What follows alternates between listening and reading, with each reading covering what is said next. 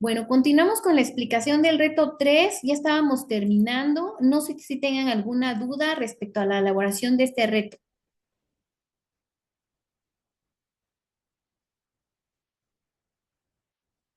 No, ninguna. Ok.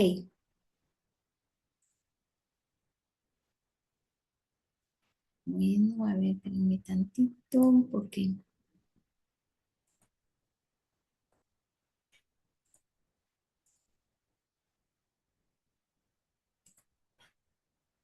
continuamos entonces con la elaboración del reto 4.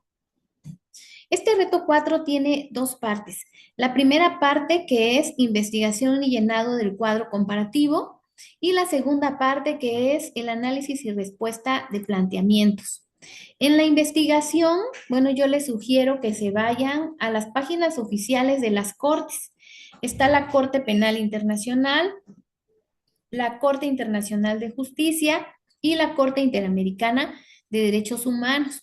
Ustedes se van a ir a estas páginas porque ahí ustedes van a encontrar la información más importante y de forma directa con las fuentes oficiales. Entonces, bueno, yo les sugiero eso. También en Internet hay documentos muy interesantes que nos hablan sobre estas cortes para poder contestar el cuadro comparativo. No es necesario que lo que ustedes investiguen todo lo copien y lo peguen en su documento. No, esta parte de investigación la van a hacer ustedes por su cuenta.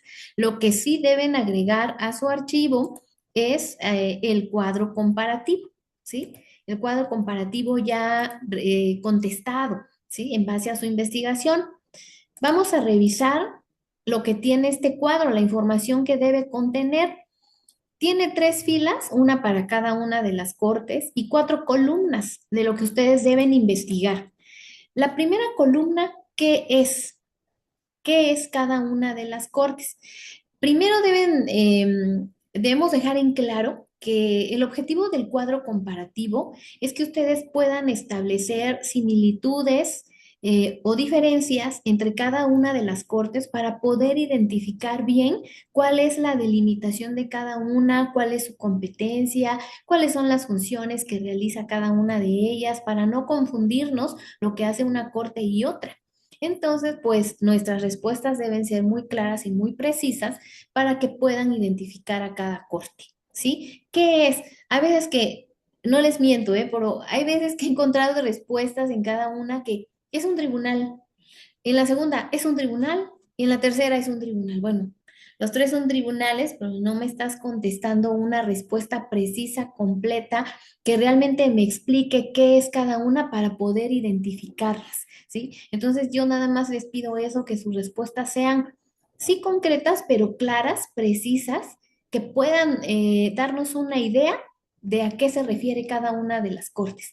En funciones viene en plural, por lo menos tres funciones de cada corte, las más importantes, porque si ustedes solo ponen una función, resolver casos, resolver casos, resolver casos, bueno, no sé, quedamos en las mismas dudas y no identificamos cuáles son las funciones de cada corte, por lo menos tres. Tercera columna, ¿en qué momento tiene competencia la corte para conocer o intervenir en un caso determinado? ¿Sí? Bueno, aquí sí ustedes tienen que investigar para poder determinar, es una competencia específica, ¿eh? Porque les está pidiendo en específico cuándo cada corte interviene un caso, ¿sí? No les está diciendo de una opinión consultiva que a veces solicitan un país que se le oriente con determinado caso. No está pidiendo eso, sino en qué momento ya la corte tiene el caso en sus manos y lo va a analizar y lo va a resolver y va a dictar una sentencia. A eso se refiere. Voy a poner un ejemplo. ¿En qué momento tiene competencia la Corte Interamericana de Derechos Humanos? Bueno, cuando un asunto llega, pues, a este tribunal, primero tiene que pasar por la Comisión Interamericana, quien va a revisar que efectivamente se haya cometido una violación a los derechos humanos y que además la víctima u ofendido haya agotado todos los recursos internos en su país y que no le queda otra salida más que acudir a esta Corte Interamericana, ¿sí? Y hasta entonces ya cuando lo revisó la comisión y se cumplen todos estos requisitos, es que la Corte Interamericana entra al análisis de ese caso. Entonces, ¿a partir de qué momento? Pues ese es el momento, ¿sí? Ese es un ejemplo que yo les pongo y lo mismo tienen que ustedes investigar con las otras dos cortes. Hay veces que también contestan estas respuestas pegando un montón de artículos de los estatutos, de las normas que rigen estas cortes, pero eso no es necesario porque la idea es que ustedes escriban con sus propias palabras estos contenidos después de haberlos analizado. Última columna, menciona y describe brevemente un caso emblemático resuelto por la Corte. Bueno, fíjense cómo dice, menciona y describe.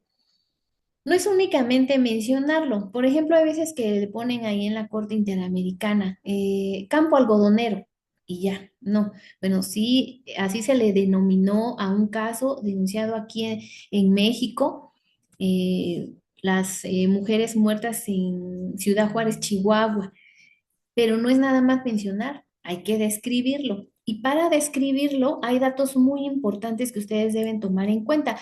Yo hoy mismo les voy a compartir en avisos de plataforma una infografía sobre los 6 pasos básicos para describir una sentencia. El primero es señalar fecha y lugar en que sucedieron los hechos. Segundo, explicar brevemente en qué consistieron los hechos.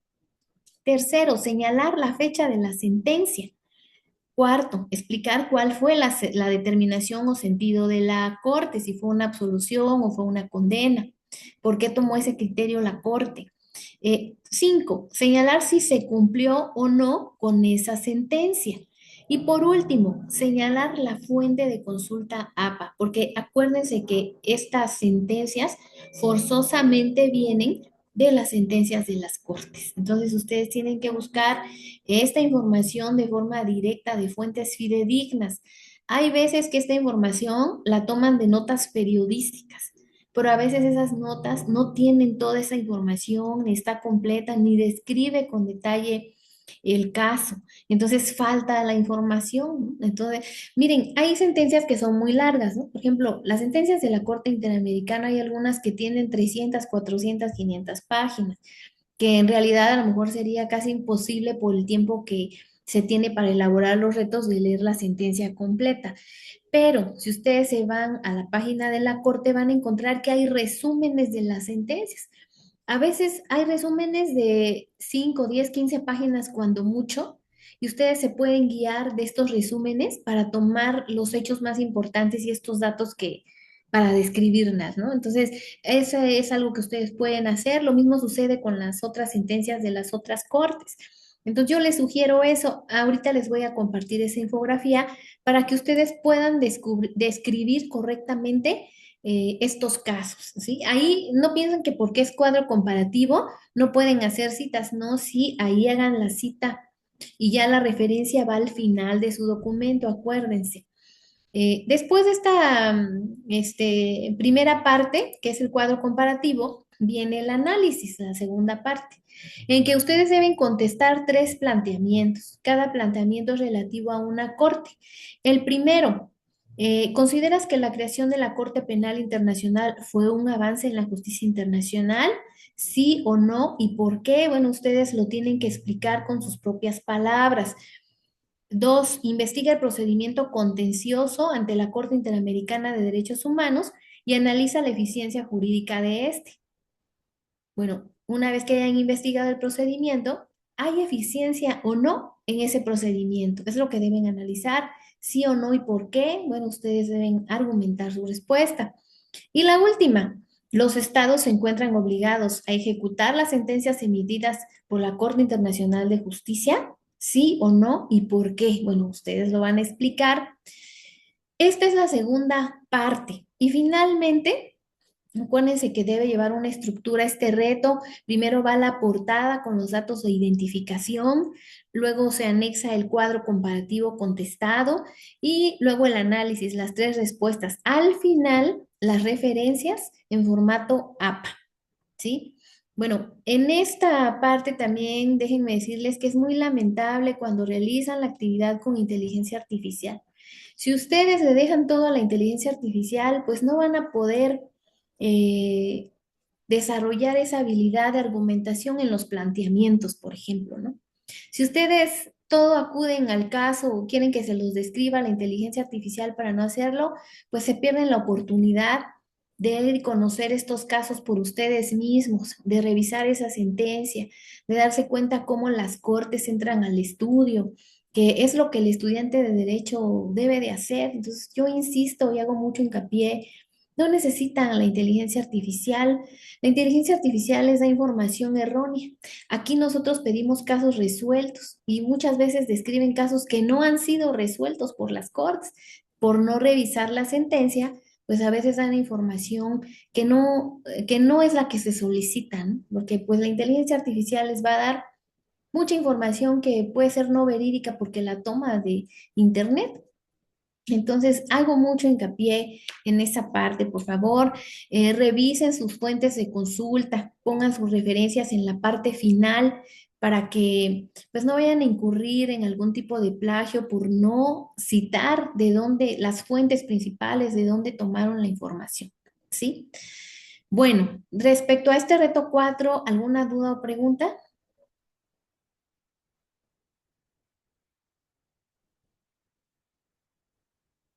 Ninguna. Ninguna. Bueno, entonces continuamos con el reto 5. En el reto 5, ahí se sugiere en plataforma que ustedes vean una película o serie de esa lista, ¿no? El Tribunal de Tokio, Enemigo Invisible, Francotirador, La Lista de Schindler o Fauda, que es una serie en Netflix, ¿no? Elijan la que ustedes quieran, la que sea de su agrado, probablemente ya hayan visto alguna y les parezca interesante, la que ustedes quieran. Una vez que la hayan visto, van a elaborar un video de exposición. ¿Y qué es lo que van a exponer? Bueno, se les pide una estructura de presentación, desarrollo y conclusión sobre la película que ustedes analizaron o bien. Las 6 series películas están basadas en hechos reales, hechos que han sucedido a nivel internacional, casos muy específicos y que ustedes pueden utilizar para poder exponer qué fue lo que pasó. Contienen conflictos de carácter internacional, en qué fecha sucedieron, qué leyes o normas se debían de aplicar, qué países participaron, cuál era su competencia terrestre, aérea, etcétera. Ustedes lo van a investigar. No todas las películas de las que están aquí vienen todos esos datos concretos. Algunos las mencionan, algunos no. Bueno, esa es la tarea que ustedes van a hacer, investigar qué tratados internacionales estaban vigentes en ese entonces o cuando sucedieron los hechos, cuáles se aplicaron o cuáles no, qué países intervinieron o no, qué organizaciones de carácter internacional pudieron haber participado y no lo hicieron, o sí lo hicieron de forma apegada a las normas o no, internacionales o no, ¿sí? Eso es lo que ustedes van a analizar. En esta exposición, pues hay requisitos que deben cumplir. ¿Sí? En la presentación, pues son todos los datos de identificación y a grosso modo qué película están analizando, ¿no? De forma muy breve. En el desarrollo, ahí sí van ustedes a describir y analizar las leyes, tratados, espacios, territorios de organismos internacionales que se encuentran implícitos en la película, explicarlos, ¿no? Hay veces que entregan su video y todo el video se la pasan explicando la trama de la película, pero nunca mencionan las normas o tratados internacionales, o los territorios, o cómo se resolvieron, o los organismos internacionales. O sea, no mencionan, se basan solamente en lo que vieron en la película, pero ese no es el objetivo. El objetivo es analizar, pues, las normas internacionales aplicables, ¿sí? Y luego viene la conclusión. En la conclusión, ustedes deben explicar qué importancia tiene el no atentar contra la soberanía nacional y respetar el derecho internacional, ¿sí? Eso es lo más importante al final, ese cierre, ¿sí? Mencionar este punto que es tan importante. Y esas son las tres partes que ustedes necesitan, la estructura que debe llevar su video. Al final, para que puedan entregarlo, tienen que hacer un archivo de Word. En el archivo de Word va una portada con los datos de identificación y deben pegar una captura de pantalla del video. El video lo pueden grabar como ustedes quieran, en su celular, en su computadora. Pueden apoyarse en un guión, en material de exposición, por ejemplo, como yo lo estoy haciendo ahorita, ¿no? Que tengo aquí una presentación con los datos más importantes, pero quien está explicando, argumentando soy yo con mis propias palabras, espontáneamente. Así ustedes lo deben hacer. El guión que se sugiere es solo para que tengan las ideas más importantes, pero ustedes son los que tienen que hacer esa explicación de acuerdo a lo que entendieron, a lo que revisaron, ¿sí? Etcétera, ¿no?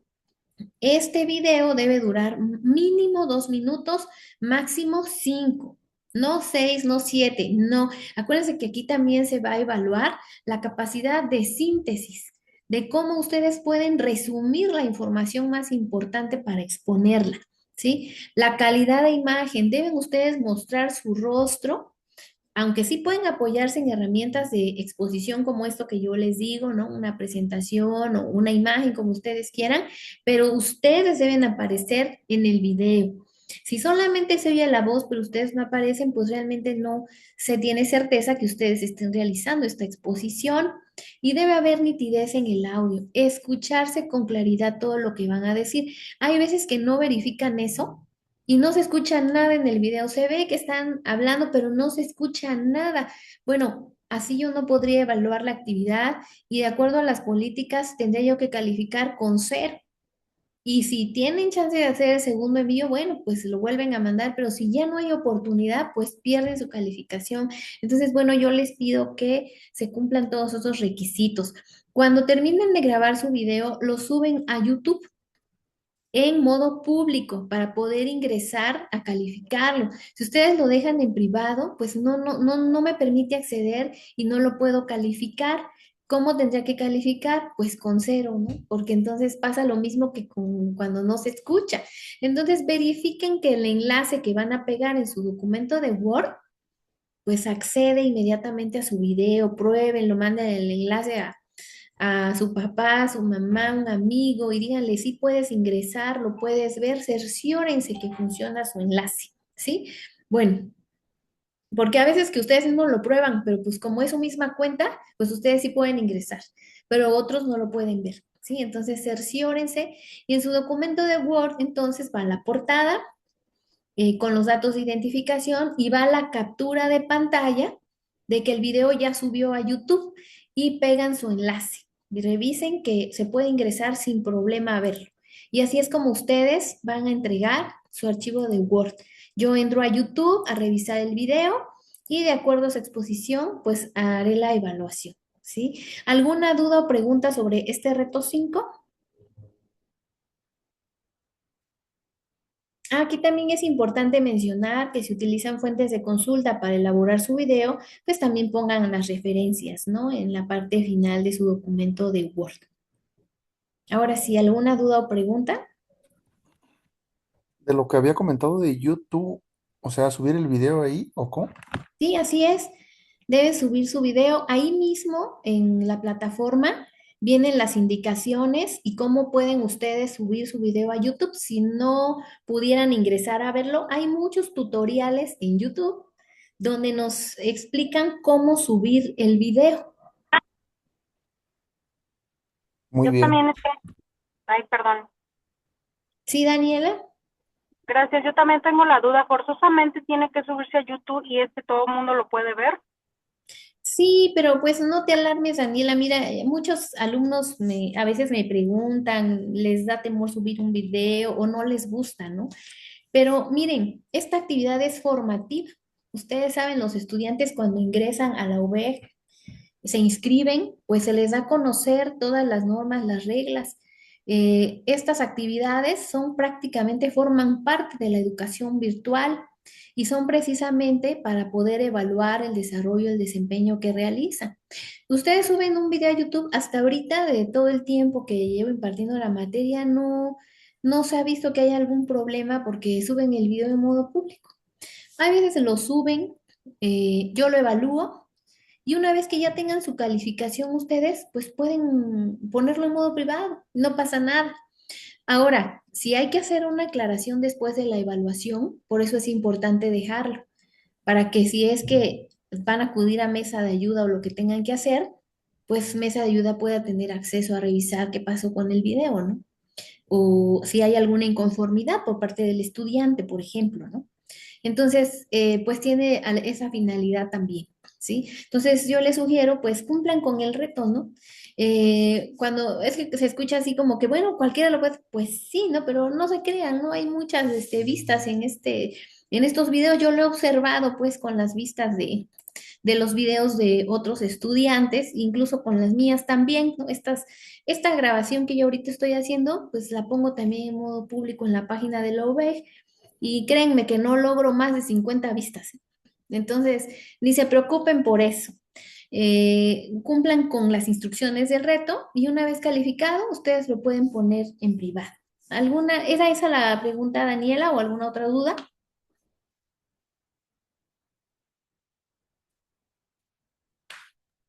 Ay, perdón, es que vengo manejando. Sí, esa era la única duda, que no me agrada, pero bueno, ni modo. Gracias. Sí, y es que es la forma en que pues se puede evaluar, ¿no? Yo les decía, esta actividad se equipara a lo que realmente hace un abogado, que comparece a una audiencia, que expone, que habla, ¿no? Sí, Romper el hielo, de expresarse ante el público, ¿no? En una audiencia, pues así es. Entonces, por eso es que estos retos son actividades formativas, ¿no? Complementan su formación en la licenciatura de Derecho. ok, gracias. Sí, bueno, ¿alguna duda más en relación al reto 5?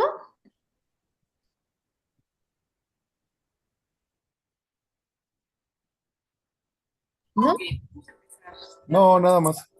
Bueno, como última mensaje importante, acuérdense que yo tengo 24 horas para dar retroalimentación respecto de las dudas que tengan de nuestro curso y contenidos de nuestra materia, ¿sí? Y tengo 48 horas para evaluar sus retos, ¿sí? 48 horas. Esto se los comento porque acuérdense que el curso son 3 semanas y media. Y hay veces que el último día me preguntan, pero lo siento mucho, a veces que el último día ya no se puede porque estamos en calificación de retos, se cierra la materia y mi actividad al mismo tiempo que se termina, que es a las 12 horas de la noche del día 4 de marzo. Entonces ahí ya no voy a poder en el último día para que si tienen dudas pregunten con anticipación. Y lo mismo la evaluación, hay veces que entregan un reto el último día y ya me están preguntando por su calificación, pero pues como son 48 horas, obvio no me voy a tardar las 48 porque la materia se va a cerrar antes, pero es seguro que al terminar la materia ustedes ya tienen su calificación, ¿sí? Entonces, para que no olviden esa parte y si tienen dudas, pues lo hagan con tiempo suficiente para poder resolverlos y apoyarlos en la acreditación de su materia, ¿sí? Bueno, pues si no hay más dudas, quedo a sus órdenes. Acuérdense que me pueden contactar a través del chat de plataforma y también a través del correo institucional. Pueden ahí mandarme los mensajes que quieran, que yo los atenderé puntualmente en el tiempo que establecen el reglamento de la UB. Me dio mucho gusto estar con ustedes. Si no hay más dudas, me despido. Muchísimas gracias. De nada, Daniel, seguimos en contacto. Buenas tardes a todos. Adiós.